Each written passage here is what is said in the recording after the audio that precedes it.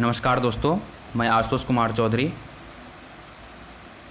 मैं आप लोगों के सामने यूजीसी नेट फर्स्ट पेपर से संबंधित प्रश्नों को लेकर उपस्थित हूं और इस प्रश्नों को हम लोग क्रमबद्ध देखेंगे। तो चलिए शुरू करते हैं। पहला प्रश्न है, कंप्यूटर ने मानव की बौद्धिक क्षमता को उत्प्रेरित कर ज्ञान की नई शाखा को जन्म दिया है, उसे क्या कहते हैं? तो इसका उत्तर है ए, सूचना प्रौद्योगिकी। तो इसका उत्तर मैंने पहले से ही टिक करके रखा है, वो कृपया आप लोग देख लें। उसके बाद दूसरा प्रश्न है, सभी संस्थान या महाविद्यालय शीघ्र ही डिजिटल लाइब्रेरी से किस पोर्टल के माध्यम से जुड़ सकते हैं? इसका उत्तर है ए। उसके बाद तीसरा प्रश्न है, कौन सा संबंध केंद्र तथा राज्य सरकार के बीच संबंध और दो या दो से ज़्यादा सरकारी विभाग के बीच संबंध को सम्मिलित करता है?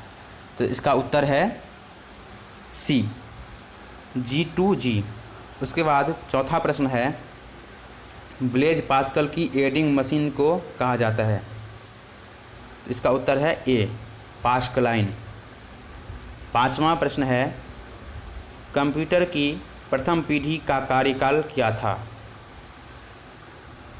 इसका उत्तर है बी, वर्ष 1940 से 1956 तक।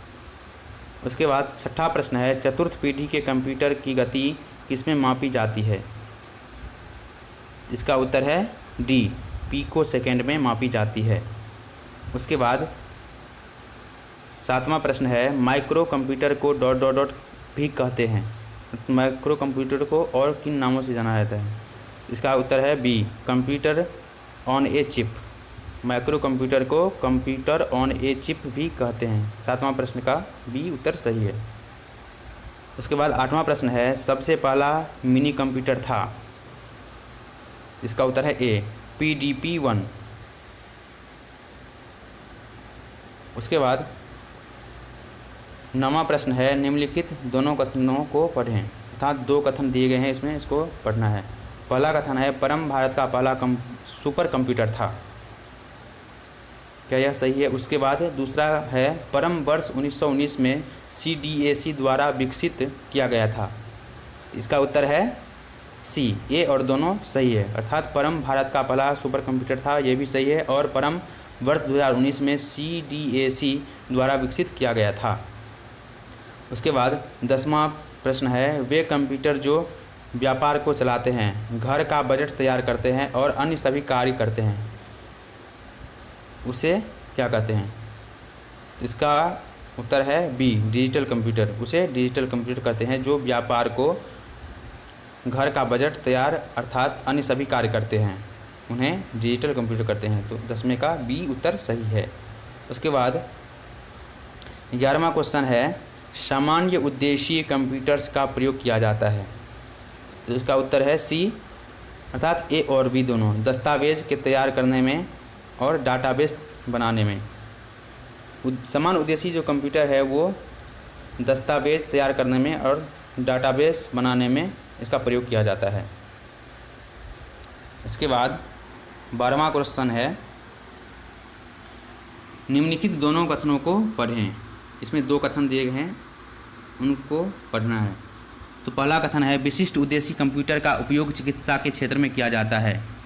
दूसरा कथन है, एनालॉग कंप्यूटर का उपयोग अंतरिक्ष विज्ञान में किया जाता है। क्या यह दोनों कथन सही है? इसका उत्तर है डी, ना तो एक और ना ही दोनों, अर्थात दोनों कथन क्या है? गलत हैं।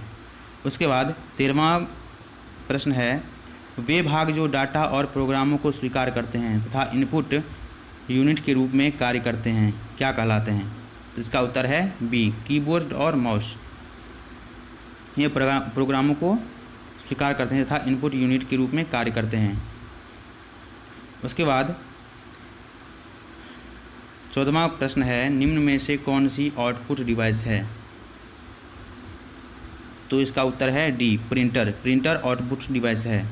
उसके बाद 15वां प्रश्न है, निम्न में से CPU का भाग है? इसका उत्तर है D, arithmetic logic unit.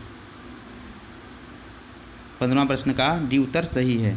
CPU का फुल फॉर्म होता है सेंट्रल प्रोसेसिंग यूनिट।